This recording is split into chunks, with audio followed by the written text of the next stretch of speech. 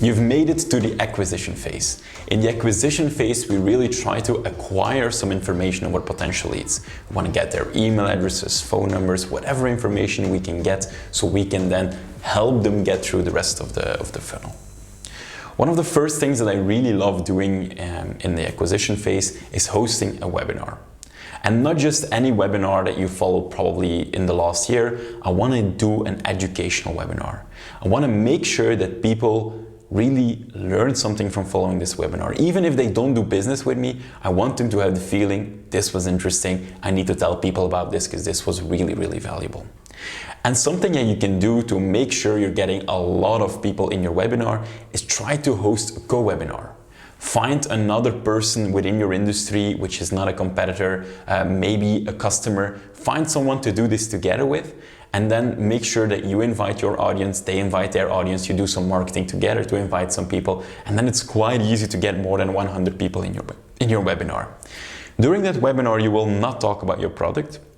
You will claim your expertise, you will show your thought leadership, and you will only spend the last 3 minutes of that video to introduce your product, your offer, and have a clear call to action to go to the next phase. Another thing that we love doing is producing lead magnets. This is also something that works both in B2B and B2C. In B2B, I tend to have a bit more lengthy content, a bit more ebooks, which have a lot of interesting ideas in there. B2C, I tend to do a bit more checklists, a bit more snackable content, but both things work very, very well. And what you do here is that you give them a piece of content in exchange for their email address, in exchange for their contact information. Here you see one of our ebooks about LinkedIn social selling. People just need to give in their first name, last name, and email address, and they get the ebook for free. A little tip that I can give you is send that ebook within the first email. Don't just give it immediately, because if you send it in the first email, then they will have to check the email, so it makes sure that they gave you the correct email address, and then you're probably also going to do a nurture journey. So since it's then, you know, it leads in their inbox, it's not in the junk because they had to check it out, and your deliverability will just increase a lot. Next one is to do offline events. Of course, last years we were a bit limited with the offline events, but now it's the time to host these ones again. It's really interesting to bring a crowd together, bring some potential leads together, and I would advise you to mix in some with your current customers in there as well, so they can talk about how amazing you are. Again, these events are 100% educational, give them tons and tons and tons of value, and then I can promise you they will perceive you as an expert, and then the conversations afterwards will be very interesting, and you will probably get some extra customers out of that. What we did to really fill all these events is just use LinkedIn automation. We then found our audience of people that we wanted to invite, and we sent them a very polite message. Like this one: hey Julien, nice to meet you. We're organizing free inspiration sessions about growth marketing in Lille for companies such as IDEO. Can I please send you an invite?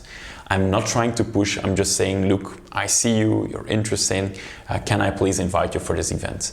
This was the sole tactic we used to fill all these events in the past.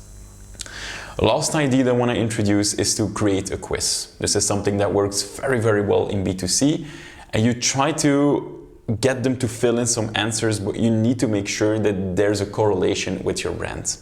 So for this company here, Spot Workshops, they organize workshops for just regular people that want to follow something fun in the weekends or on holidays. And what we did there is we introduced a quiz to see which kind of Friends character they are.